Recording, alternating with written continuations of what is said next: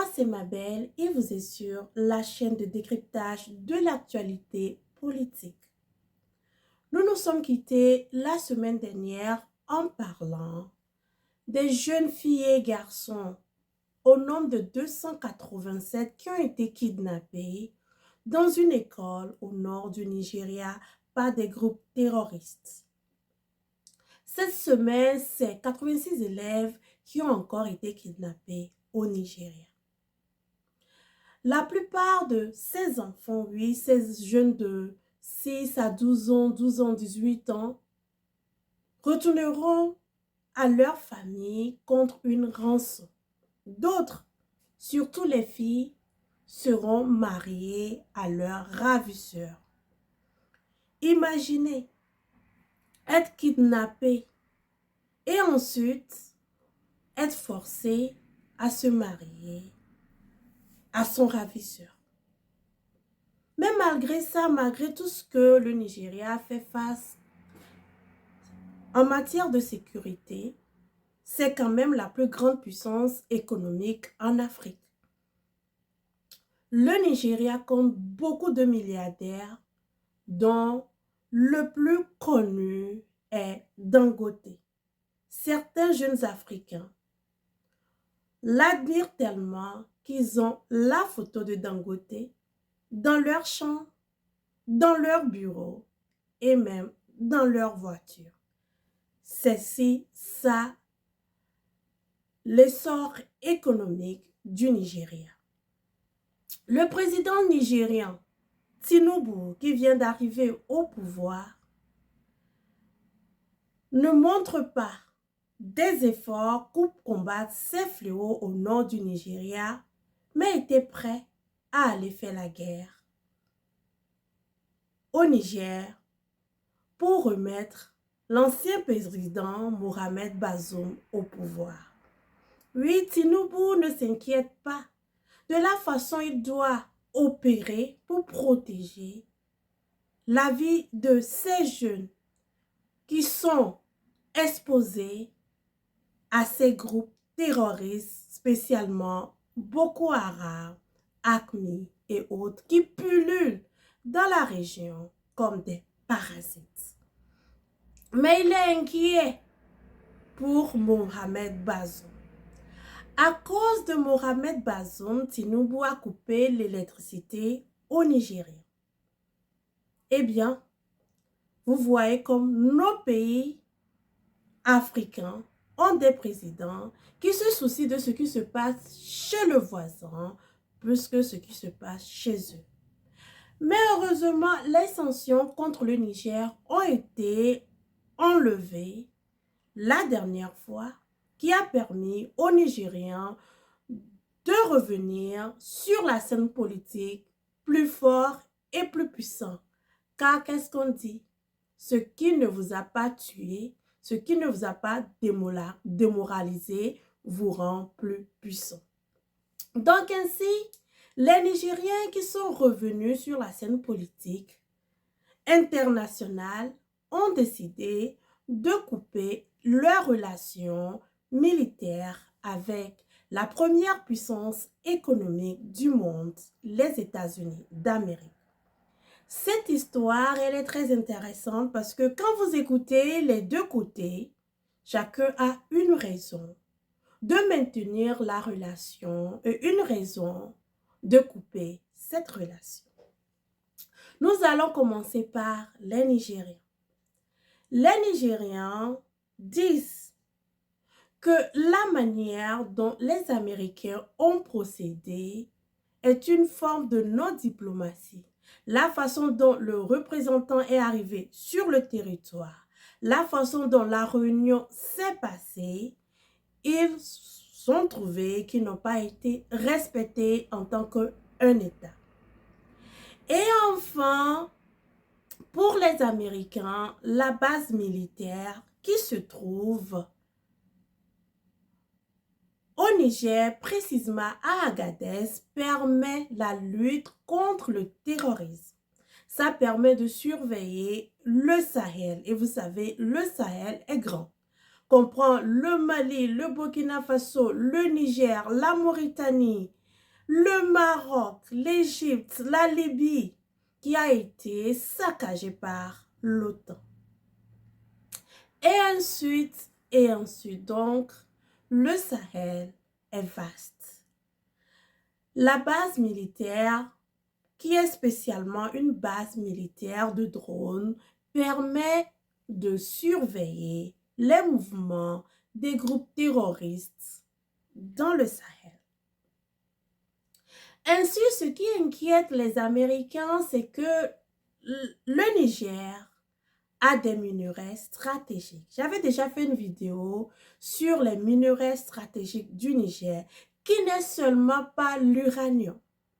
Nous parlons souvent de l'uranium parce que c'est ce que nous connaissons le plus. Il intervient dans la création de l'arme nucléaire. Mais à part l'uranium, le Niger compte d'autres minerais stratégiques qui permettent de faire d'autres choses, lancer des fusées dans l'espace. Et vous connaissez la course vers l'espace des grands pays occidentaux et asiatiques. Donc le Niger compte cela et on a aussi trouvé le pétrole au Niger. Tous ces minerais n'ont pas encore été touchés à part l'uranium.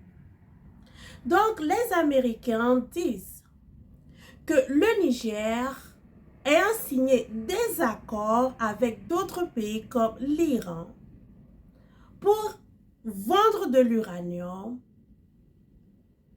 ne les permet pas de continuer les relations avec le Niger. Eh bien, quelque part, l'uranium qui pouvait servir à la création de la bombe atomique, ça inquiète et j'espère que ça peut inquiéter tout le monde, même quelqu'un qui ne s'intéresse pas à la politique, que l'uranium soit vendu un peu partout sur le marché.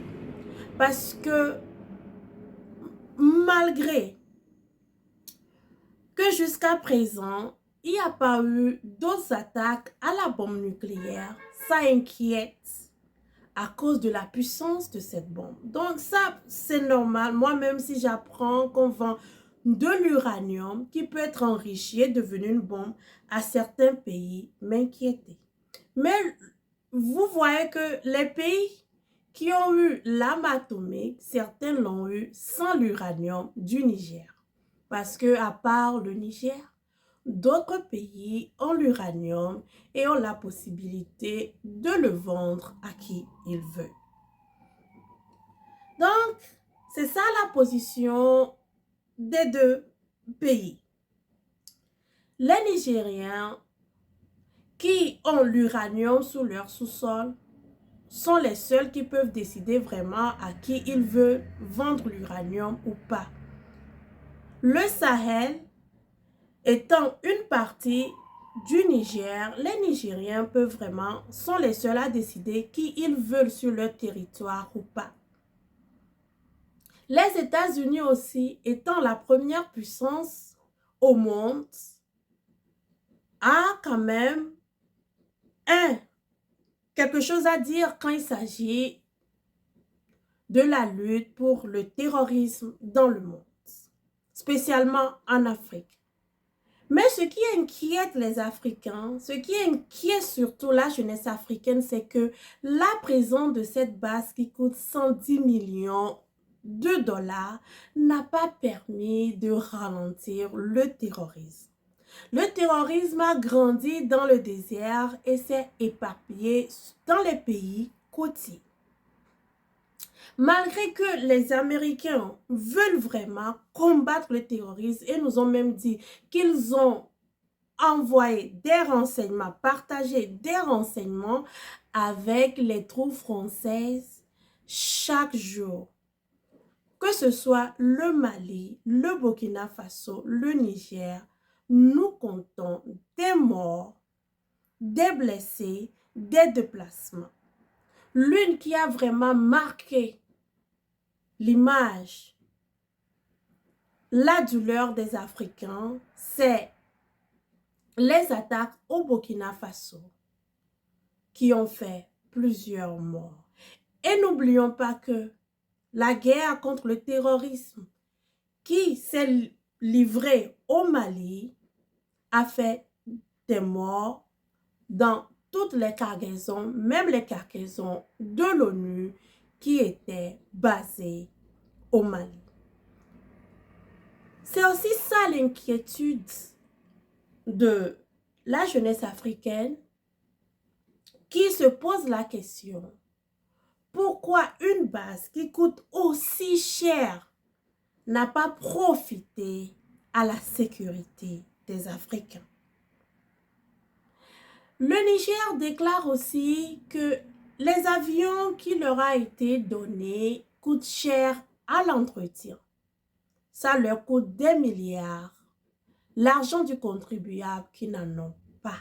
Donc, il se trouve comme si c'est une forme un cadeau difficile à entretenir. Et ça arrive. Nous avons dénoncé ça un peu dans nos vidéos. Les voitures, des fois, qui sont envoyées en Afrique par les biens, par le biais ou par les accords,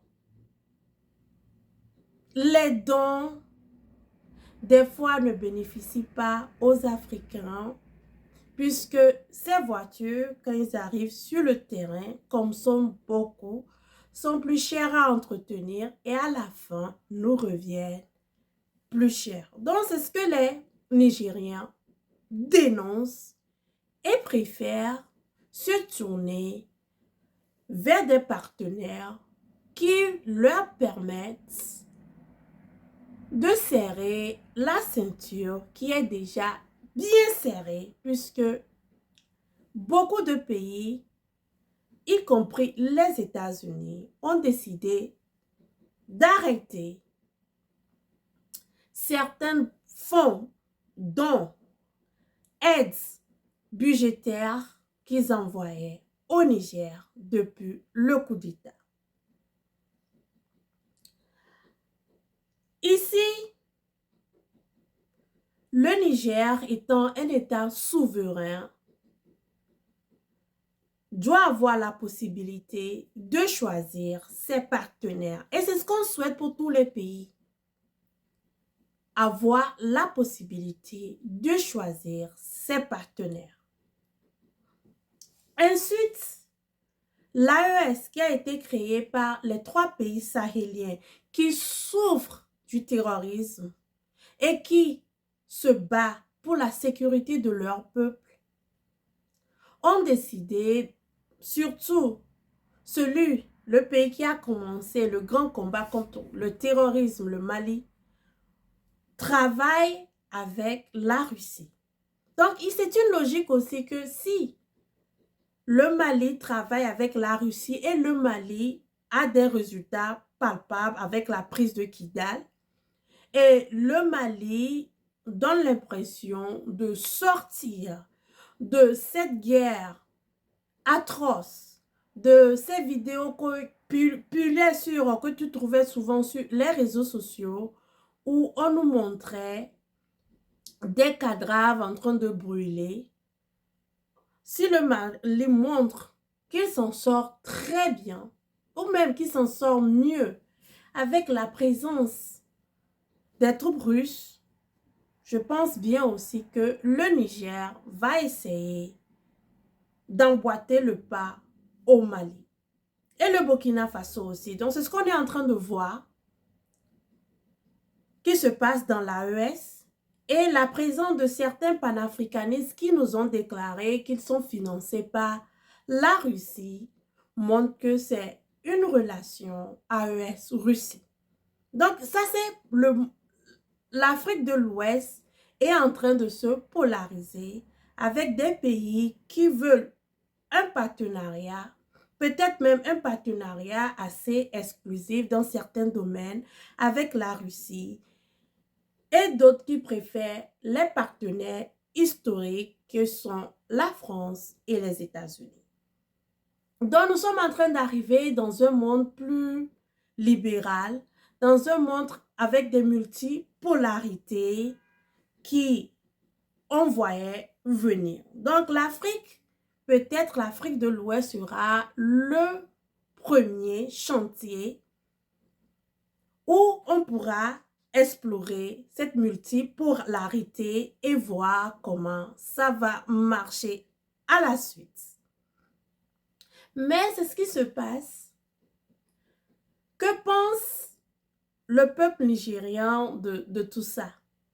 Que pense le peuple nigérien de cet arrêt subit de la relation entre les États-Unis d'Amérique et leur élite dirigeante? Vous voyez, je vais vous raconter l'histoire du rat, de la plantation et du rat de la maison. Le rat de la plantation, le rat qui est sur le champ de plantation, travaille au dur soleil, mais est plus indépendant. Ce rat a l'opportunité d'explorer, de voir autre chose, mais le côté difficile de ce rat, c'est de se nourrir parce que quand tu es sur la plantation, il faut attendre qu'un fruit tombe avant de le toucher. Maintenant, le rat de maison, c'est le rat qui est nourri par le maître. Que le maître soit français, que le maître soit russe, que le maître soit américain, c'est le rat qui est nourri par le maître. Et ce rat grossit, devient plus joli, ce rat a la possibilité de faire beaucoup de choses parce que ce rat est nourri par le maître. Mais le rat qui est nourri par le maître commence par aimer le maître, commence par développer des aptitudes qui le fait se ressembler au maître. Et enfin, ce qui se passe, c'est que le rat qui est à la maison s'inquiète pour le maître. L'histoire du rat des champs ou le rat des plantations avec le rat des maisons a été traduite dans beaucoup de fictions comme le nègre de maison et le nègre des champs. À la fin, ce que tout le monde a remarqué, c'est que le nègre de maison commence par aimer, le nègre de maison commence par aimer le maître et finit par se comporter comme le maître. Donc, c'est ce qu'on est en train de voir arriver. Ces panafricanistes, ces élites qui ont dénoncé la France-Afrique, mais qui sont en partenariat avec la Russie, qui ne finissent pas par aimer la Russie, par commencer par copier le modèle politique, tous les modèles russes et finalement se détourner de l'aspiration du peuple. Parce que c'est ce qui est arrivé aux France-Africains. Quand ils étaient venus au pouvoir, ils avaient de bonnes volontés. Mais à force de compter sur les aides du maître, ils finissent par aimer le maître et par se comporter comme le maître et oublier le peuple. C'est ça qui inquiète une partie de la population africaine et la majorité des jeunes africains. Allons-nous quitter, comme les jeunes aiment le formuler sur les réseaux sociaux, allons-nous quitter un maître pour un autre maître? Une des choses que ces jeunes disent, c'est le fait que la démocratie russe est un peu comme la démocratie que pratiquent les France-Africains. Une seule personne arrive au pouvoir, change la constitution et se fait élire 5 fois, 6 fois, 3, 4 mandats. On a des présidents qui font 20 ans, 30 ans, 40 ans au pouvoir. Bientôt au Togo, on pense changer la constitution pour remettre les compteurs à zéro. Alors qu'il y a un panafricaniste qui vit au Togo et qui travaille à côté du président togolais. Donc, c'est ce qui inquiète la jeunesse africaine. Est-ce que les pays qui veulent garder cette relation assez exclusive avec la Russie finiront par devenir des pays avec un seul homme à leur tête, 2 mandats, 3 mandats, 4 mandats, et des fois même plus d'élections, on continue seulement. Parce que c'est ce que font les France-Africains. Ils sont arrivés au pouvoir avec de bonnes idées, mais finissent par rester au pouvoir pour seulement servir leur maître. Et c'est ce que nous dénonçons. Mais c'est la démocratie russe aussi. La Russie même pratique ça. C'est le 5e mandat de Poutine. Alors, quand aura lieu les élections dans les pays de transition? Certains ont déjà changé la constitution des gens vers le Sénégal, où le premier tour des élections est le 24 mars. La campagne présidentielle bat son plein et nous avons maintenant l'opportunité de connaître les 19 candidats. Mais dans toutes les courses présidentielles, dans toutes les courses politiques, il y a déjà des candidats qui sont en vue.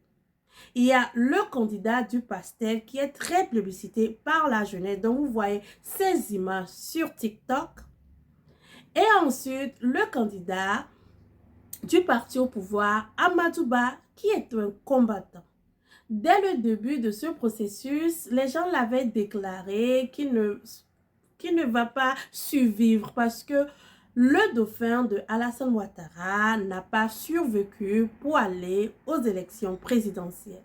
Mais Amadou Ba est un combattant, il a survécu. Les gens avaient dit qu'il n'y aura pas d'élection, qu'il y aura un 3e mandat. Amadou Ba a survécu.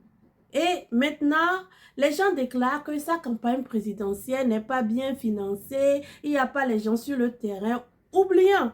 Ceux qui déclarent ça oublient que souvent le parti au pouvoir a toujours un peu d'avance sur l'opposition parce qu'ils sont déjà sur le terrain. Et Amadou Ba étant quand même un premier ministre, parlant de moyens en temps de le manquer pour la campagne présidentielle est un peu dérangeante.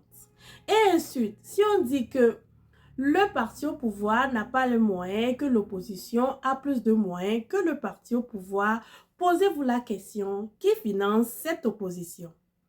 Et sachez que en politique, celui qui finance l'opposition au cas où l'opposition gagne les élections sera aussi celui qui sera au-dessus de la politique de cette personne quand cette personne sera à la présidence. Donc, nous devons déjà en ce moment nous demander qui finance la campagne des candidats de l'opposition. Donc, en attendant que nous trouvons la réponse à cette question intéressante, je vous souhaite une bonne fin de semaine. Nous sommes presque mercredi et on se revoit à la prochaine. Merci.